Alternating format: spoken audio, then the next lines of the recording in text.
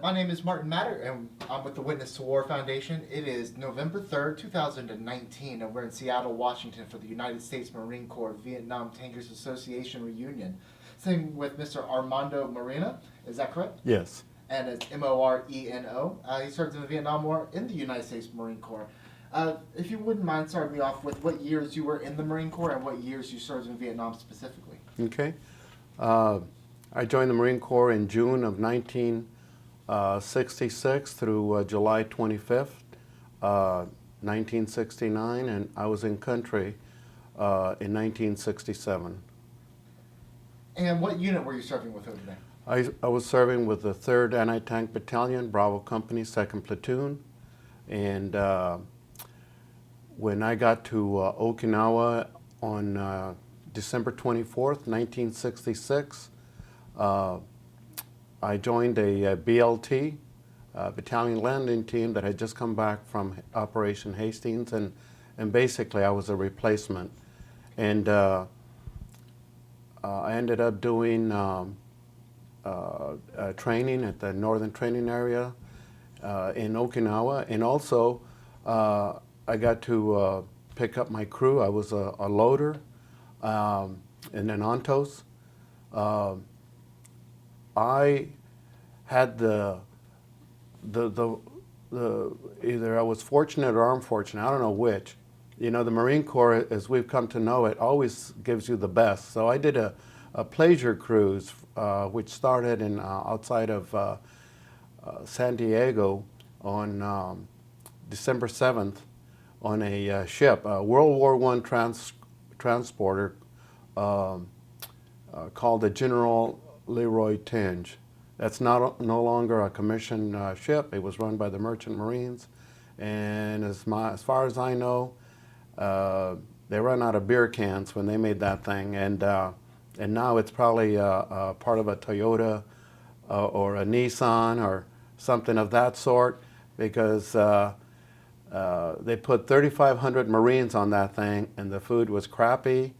And the minute that we hit the breakwater, everybody got sick. I didn't get sick, thank God. I don't know how, but my claim to fame, and that's probably my claim to fame, that I didn't get sick.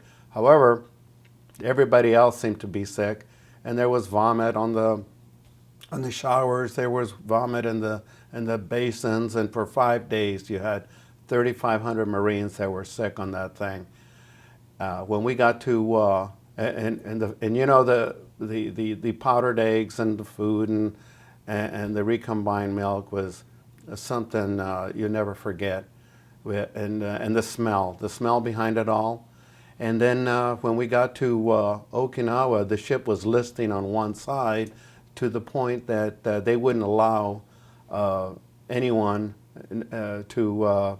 to go on that side for fear that they might fall off or get washed off. And so. So I just kind of want to hop back into Vietnam. Sure. You're a loader on Antos. That thing's got a few barrels. That must have been a hefty job. Yes. I need a little visual here so that there's no question about who or what. But this is an Antos. This is an Antos right here, and it's a 3-man crew, and this is basically the 3-man crew right here. The 3-man crew. You got the driver, Antos commander, and you got the loader. As you can see, these 6 tubes. There's 6 106s. That's the armament. And you have 2 spotter rifles inboard, 2 50s, and then the Antos commander had access to the 30 cal machine gun.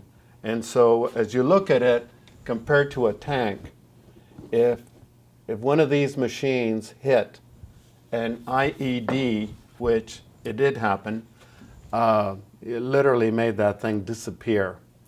Shortly after I got to what we did is, as I was saying, I picked up my unit in Okinawa, and And then our first operation, we were part of a battalion landing team.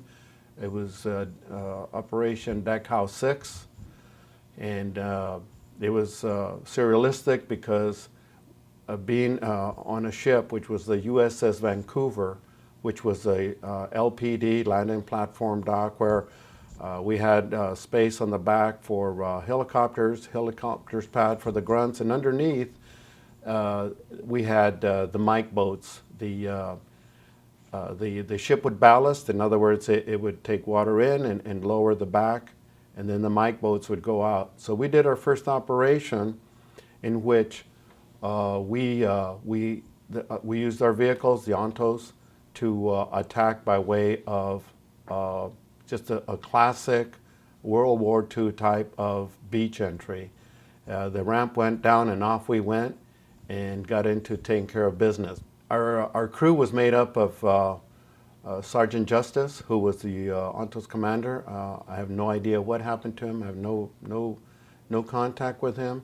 We had the driver was the a gentleman, a Marine by the name of Kent B. Fish. I've tried for years to look him up. He lives here in the, when I last saw him, he was living here in the Seattle area. His name Kent Fish.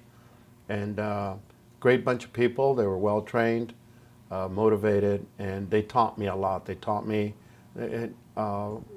basically everything I needed to know about my part in maintaining and running an Antos, which eventually I then became part of the. I should say that I took over the Antos. In our first operation, in Operation Deck House 6, we were fighting Vietnam guerrillas. We were down in Quang Ngai province. We went in, and no more than an hour after we got offshore, I saw my first dead body. We assumed it was a Viet Cong soldier. A guy had a hole in his head, and it became apparent at that point in time what war was all about. So we moved on further, and of course, we were in support of 1-4, the 4th Marines, and so, you know, it wasn't long before I found out what it was that the grunts did to fallen soldiers, whether it was taking off ears or fingers and so forth, and that was the reality of war. And we moved on to a village in the area of Sa Huyen, and we proceeded to, it became part of an operation which we started taking fire, and we were in support of the grunts, and they did what they did, and we did what we did. They called for supporting fire, and so we moved up and fired our 106s. We ran out of ammo, and the grunts proceeded to burn down the ville. I have no idea what happened to the villagers. Everything, it was a scorched earth policy. Everything was killed, everything. No one survived that. And so, so we moved on, and then we had engine trouble in our Antos, and had trouble with our transmission. We couldn't put it in reverse, so somehow or another we jerry-rigged our vehicle till we went back to the beach, and then eventually we found our way back to the ship. So for me, it was a surrealistic experience, obviously, in having to load the Antos from that position of vulnerability, and the craziness behind it, and the shooting, the support. We had jets, we had helicopter gunship supporting us, and after that, we kind of reached our objective, and they pulled all the Antos vehicles back and put everybody back on on the USS Vancouver and the other supporting ships. And then we moved on, and no more than a couple of weeks later, then we went back and hit the beach again, and we were part of Operation DeSoto. Operation DeSoto was a huge operation in which a lot of hardcore NVA, North Vietnamese Army units were inland, and our job was to block them off from reaching the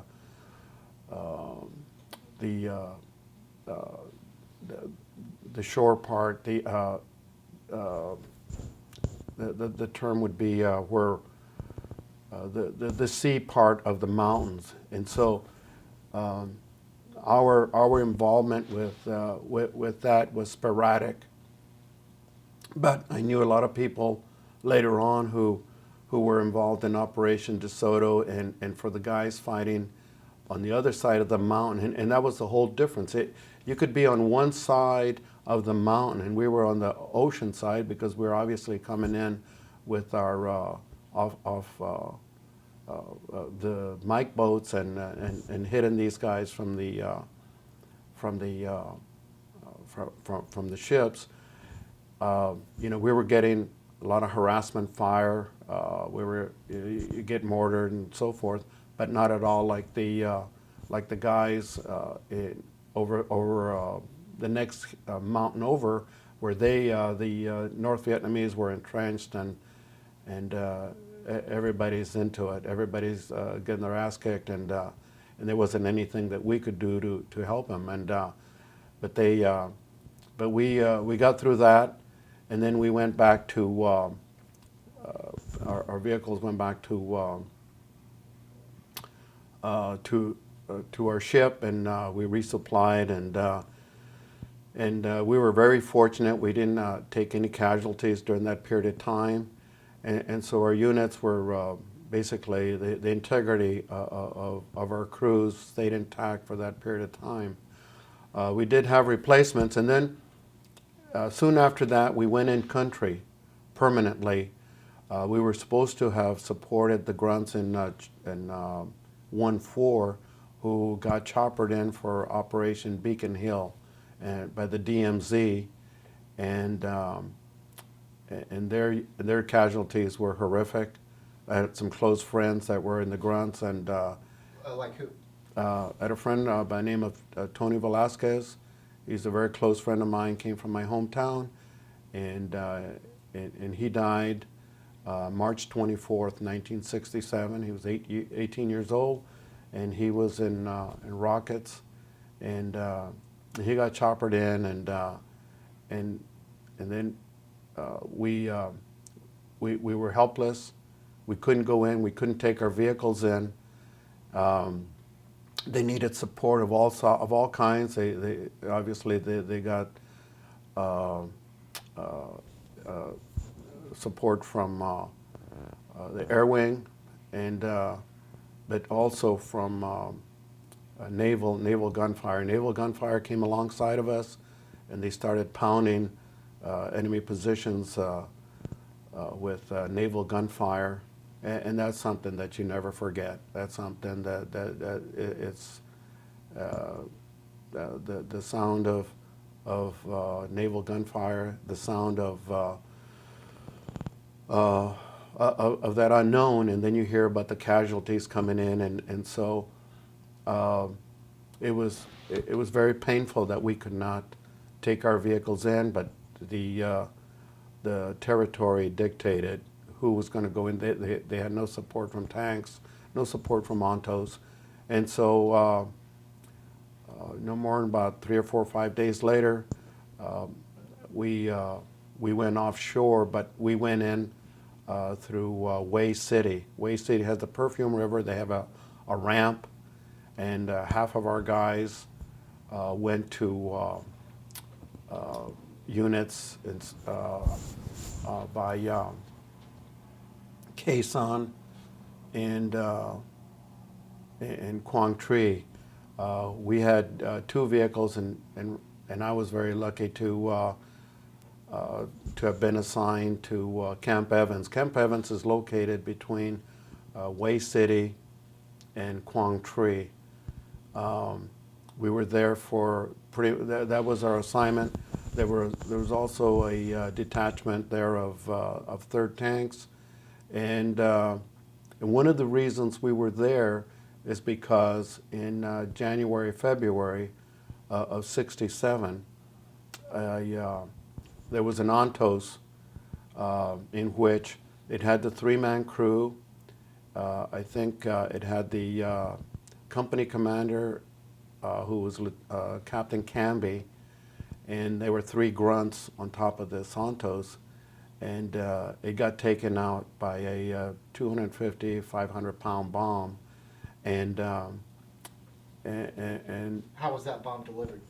it was, they think it was command detonated, but these guys rolled over it, and in doing so, set it off, and everybody was killed.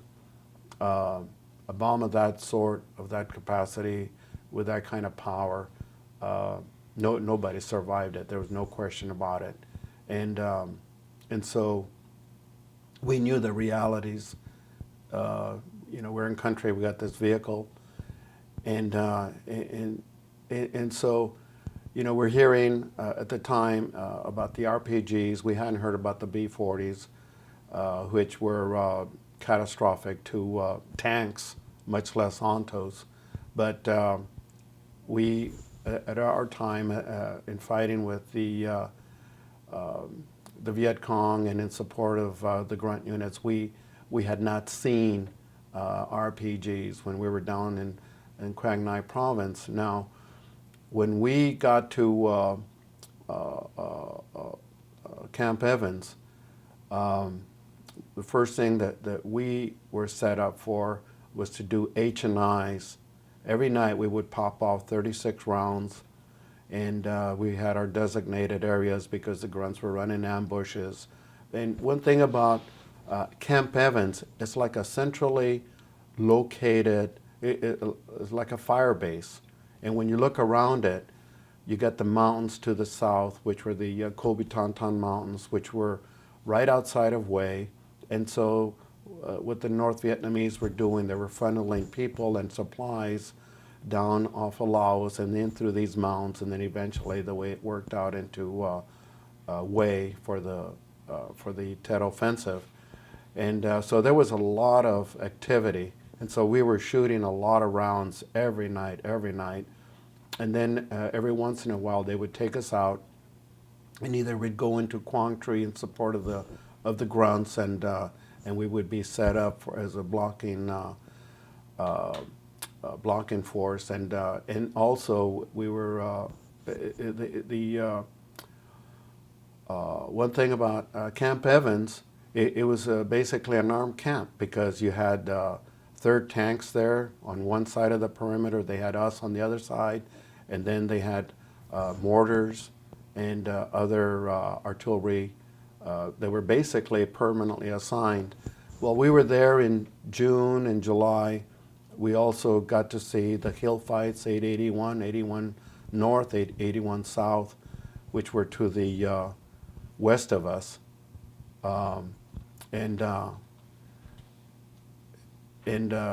We got a front row seat to that. And again, you see where in many cases the Antos were not available. You couldn't just get in an Antos and just go right to the fight because of the terrain.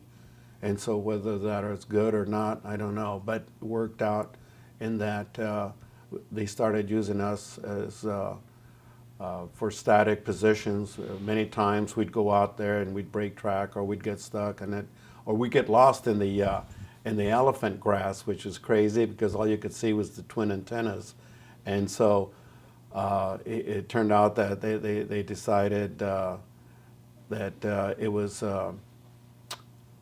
probably not the best thing we could be doing, because then when we'd start, we became a liability basically. But my career again in those positions was such that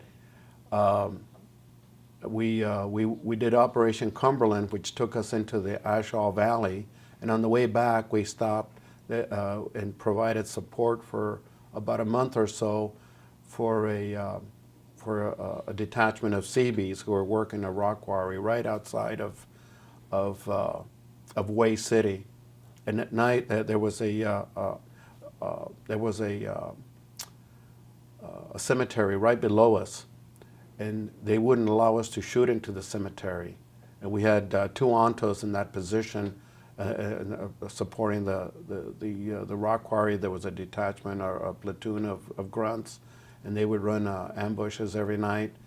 And from October, November, it got eerily quiet, and but we could see the lights in and around the cemetery, and so, not knowing, and because of the fact that we couldn't run patrols, the grunts couldn't run patrols into our ambushes into the cemeteries, and we couldn't fire in there.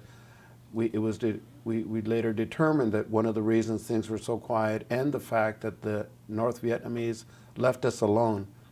When you think about the impact and the number of troops that the North Vietnamese put into Way City, you get the feeling they could have taken us out any time. There's no way we could have put up much of a defense against those guys because it was so overwhelming. And what they were doing at that time with these lights, they were setting up. They were setting up, and the fact that they just stopped attacking. And so for me, and eventually what happened is the higher command, the Marine Corps higher command, decided that the Antos were just too much to maintain, waste of manpower. So they made us turn our vehicles into Phu Bai, and then they got us into where we became a rapid deployment force, and they issued us helmets, flak jackets, and M16s. And so we did some training, and then we started doing some convoys, and then we worked. My time came up December, and it's interesting because when I think back on some of the casualties that we took during that period of time in June of '67, while I was at Camp Evans, we had a vehicle that went to Phu Bai for maintenance, and coming back,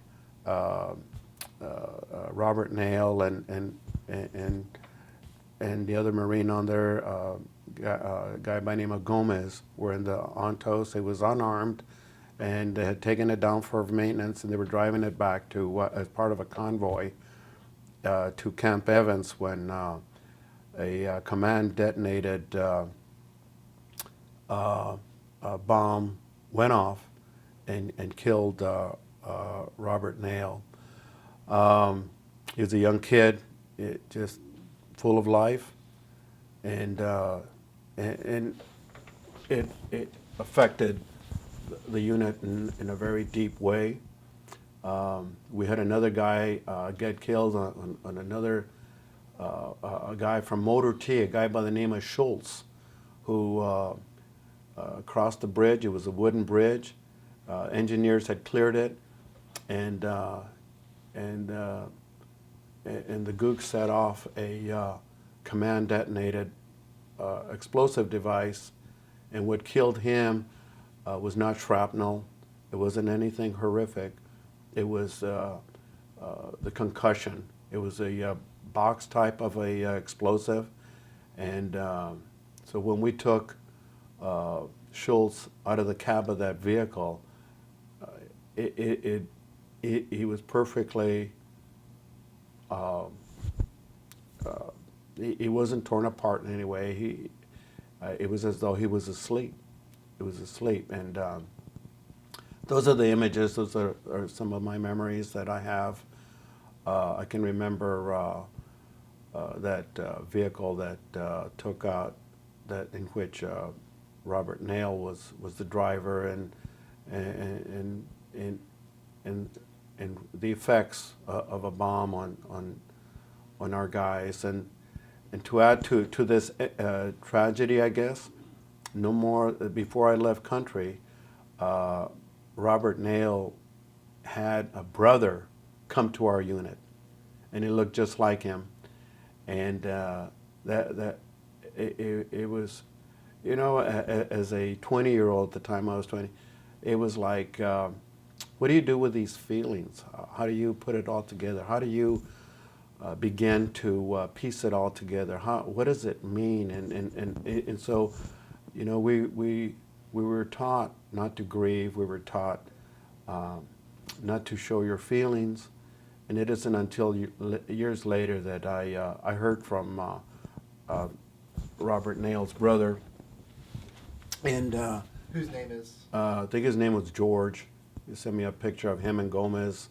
Gomez at the time was in the vehicle, and because of the concussion of the explosion, it broke his leg, and so he got choppered out and medevaced, and of course we never saw Robert Neal again. But they brought the vehicle back to our compound there in Camp Evans, and so we. Go ahead. So you got a call from George Neal, and I received a letter from him, and indicating that when they started, when the Antos units were being, what they were doing is they were taking the personnel and sending them out to other units. He went to an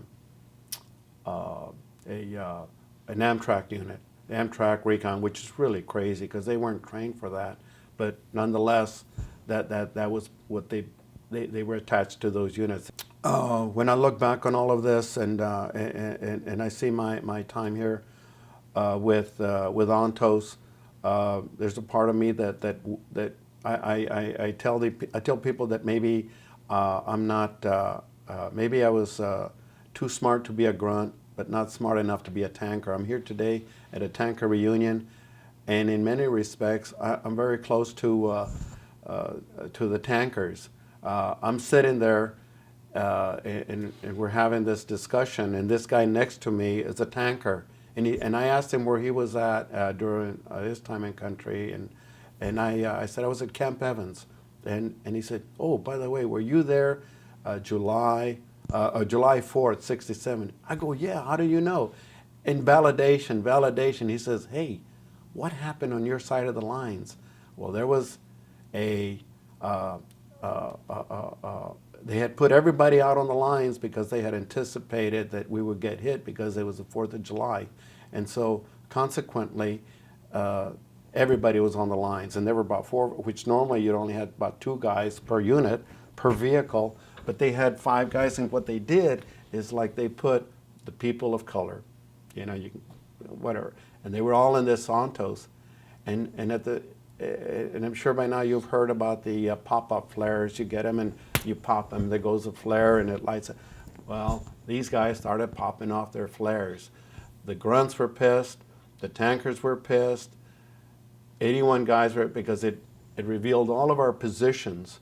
And the next day the gunny comes along and says he's counting flares over each vehicle, because we had 5 vehicles there. And he's counting flares from each vehicle, and the only ones that didn't have flares were the guys of color. And they had to do sandbags and dig ditches for 2 weeks, and they weren't happy about it. And that was part of the of all of this crazy stuff that we were a part of, and they had no problems telling the gunny what they thought, that he was a honky, and the reason they were being picked on was because they were black. But the fact is that they left everybody open to some serious stuff, and we were lucky that nothing happened. But it was like everyone within miles kept asking, what happened, and so I received validation. This guy, this tanker, who looked over, and so.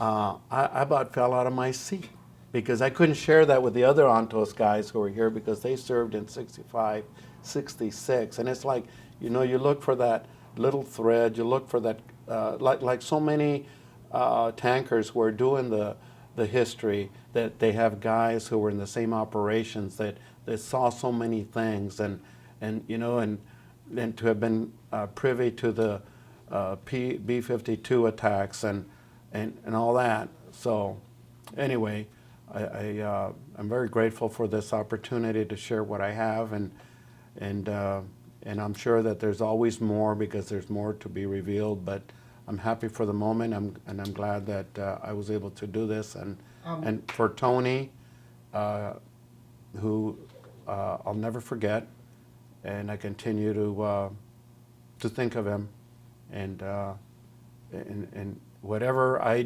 he couldn't do in life, I hope that I've been able to achieve that in being a grandfather, a father, a husband, and that's what that experience did for me. That also being able to serve in law enforcement for 32 years, and honorably, and so in representing the Marine Corps and the Antos community and my family. I hope that I did them proud. Well, thank you so much, Armando. Thank you so much for your service, and thanks for sharing your stories with me today. It's an honor. Thank you.